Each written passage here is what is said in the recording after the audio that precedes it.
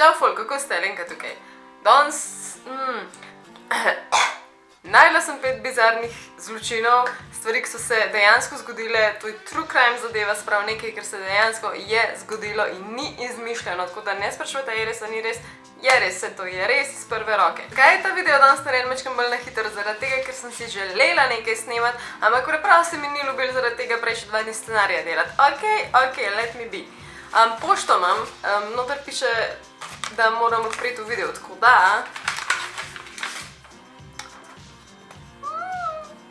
Wingardium Leviosa, torej za dvigovanje predmetov, stvari, živali in oseb, I guess. To bo moj fun ful vesel, ker kadarkoli pridemo v stik z Wingardium Leviosa, ima občutek, da me lahko dvigne, ker drugače ful ne maram dviganja, ampak če pa to nekaj piše ali pa sliši ali pa to reče, pa me pa lahko dvigne, tako da. Katjuša piše, voilà. Hvala ti 100-krat. Prvič. Večina ljudi pozna umor stevardese Hal Crafts po njegovem vzdevku The Woodchipper Murder, torej umor z pripomočkom za sekanje drv. 1986 je domnevno ta stevardesa izginila, šele ko je ujela svojega moža, v bistvu da jo je varal, on pa je bil pilot. Policiji je on povedal, da ga je v bistvu zapustila in šla nazaj na Dansko, kjer je živela, zaradi tega, ker je pač zvedela, da jo je varal. V bistvu njegovim prijateljem in policiji se je to zdelo zelo fishy in sumljivo. Ko so končno dobili nalog za preiskavo, so prišli k njemu domov in začeli pregledovati stanovanje. V bistvu je bilo vse zelo normalno, dokler niso našli izpiskov kreditne kartice, torej računov, da so videli, da je on v bistvu kupil par nenavadnih stvari, in sicer posteljnino, ki jo niso našli nekjer v stanovanju, skrinjo oziroma zmrzovalnik in pa The Wood Chipper, torej mašino za sekanje drv. Takrat se jim zazdelo, da nekaj tukaj ne štima in so raziskovali naprej, in ko so šli raziskovati mečkam bolj v detajle, so našli še nohte, delčke kosti, šopke las. Delčke telesa so potem povedali, da so bili last Hal. So sicer zato takrat potrebovalo 8 ur, da so pretehtavali, kdo naj bi bil za to kriv, ampak ko so končno ugotovili in se strinjali, da mož je kriv, prišli so do sklepa, da jo je ubil z motorno žago, potem pa se je popolnoma znebil in jo odstranil za tem woodchipperjem. Chipper v bistvu pomeni, da hlode v tem primeru na čisto drobne delce, ampak v tem primeru to ni bil hlod, ampak ona. Primer Katarzina Zovada oziroma primer človeške kože. V bistvu se je nekaj mesecev zatem, ko je Katarzina izginila, enim ladjica na reki Visli ustavila. Vsi so bili skupaj, zakaj? Ok, so pogledali, ni bilo kar nekaj, namreč v propelerju je bila zapletena človeška koža. Natančneje je bila to dobesedno obleka iz človeške kože. Torej, potrjeno je bilo, da je to koža te Katarzine, ki je takrat izginila. Ta koža je nastala na tak način, da jo je mogel morilec oziroma ti zločinec, ki je to povzročil, odrezati njene ude, sleči kožo dol in potem jo sešiti nazaj. Bilo pa je tudi potrjeno, da kakor so preiskovali to kožo, je bilo vidno in opazno tudi, da je ta morilec jo mogel dolgo časa nositi, preden jo je zavrgel. Torej, nosil je kožo te pogrešane Katarzine. Jasno je ta primer dobil ogromno medijske pozornosti, ogromno pozornosti policije, ampak to ni pomagalo, namreč morilec še vedno ni najden. Zdaj si pa predstavljate, kdo vse je tam zunaj. Mislim, koga vse niso našli, kaj je naredil Bog ve kaj. Verjetno pri nas tega ni toliko ogromno, kot kaj drugi, ampak Jesus the fucking Christ. Tretji primer je za moje pojme zelo dvorezen meč. Po eni strani je toliko zanimiv in bizaren in dolg in natančno opisan primer, da bi lahko naredila o tem cel video, po drugi strani pa to grozljiv, da preprosto nočem narediti celega videa, ker že zdaj so take informacije, da če ste preveč občutljivi, preprosto preskočite na 4. pa 5. pa tudi ne, če pametno. Gre za primer 17-letne japonske deklice z imenom Junko Furuta. Ona je bila zadržana v eni od ugrabiteljevih hiš in najhujš pri temu je bilo dejstvo, da so bili starši tega ugrabitelja, ki je bil tudi mlad fant, ves čas prisotni, so točno vedeli, kaj se dogaja.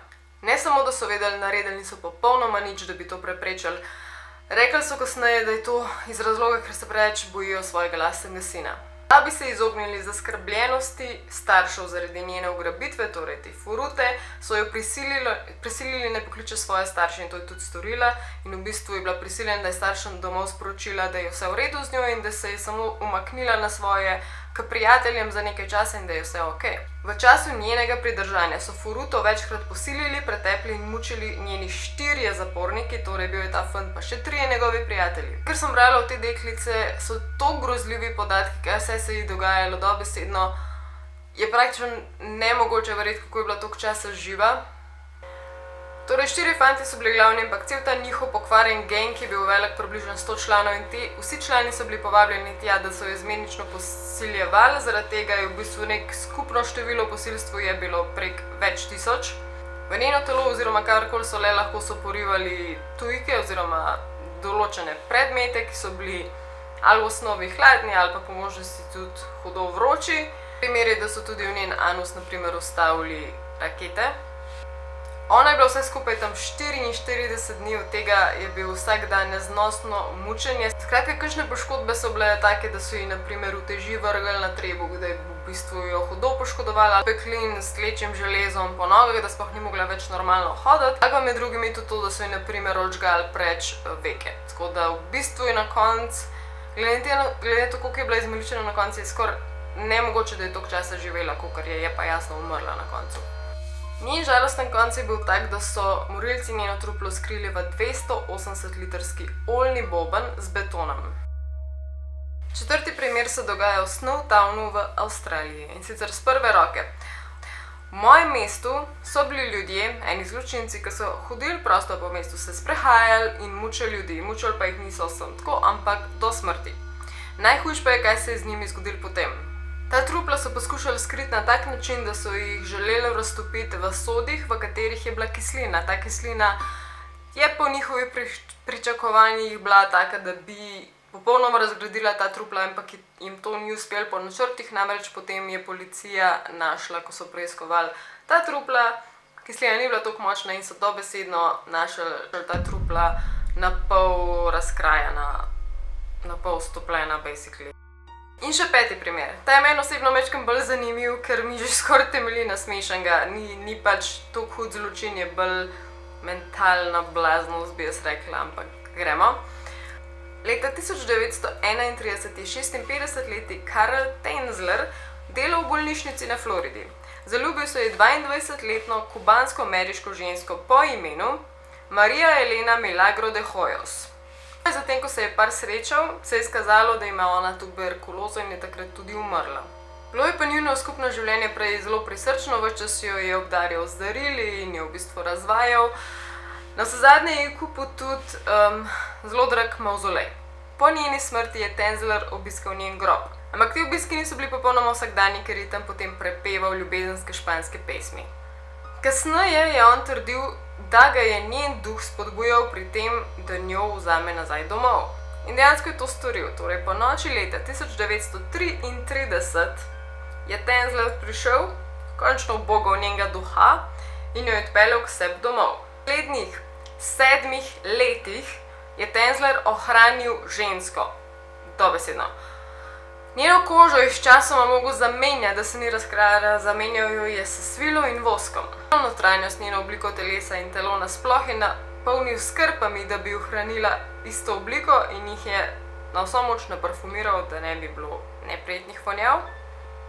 Šele leta 1940, ko je de Hoyosova sestra Florinda vdrla v dom s policijo, so jo našli. Zanimivo pri tem je, da Tenzler ni bil dejansko preganjen, to pa ne zato, ker zločin ne bi nič štel, ampak zaradi tega, ker je od njegovega prvotnega zločina, torej to, da je v bistvu človeka vzel iz groba, preteklo že toliko časa, da ta zločin ni več mogel biti obravnavan. Wow. Ok, to je to za danes. Zdaj zadnja 2 videa sta precej kruta, se mi zdi, tako da razmišljam zdaj naslednjega posnet žiga. Kakšni challenge pa te zadeve. Tako da, če imate ideje, kaj snemati žigam, pišite v spodaj. Radi se imejte pridni, bodo se vidimo naslednjič. Aj, čau!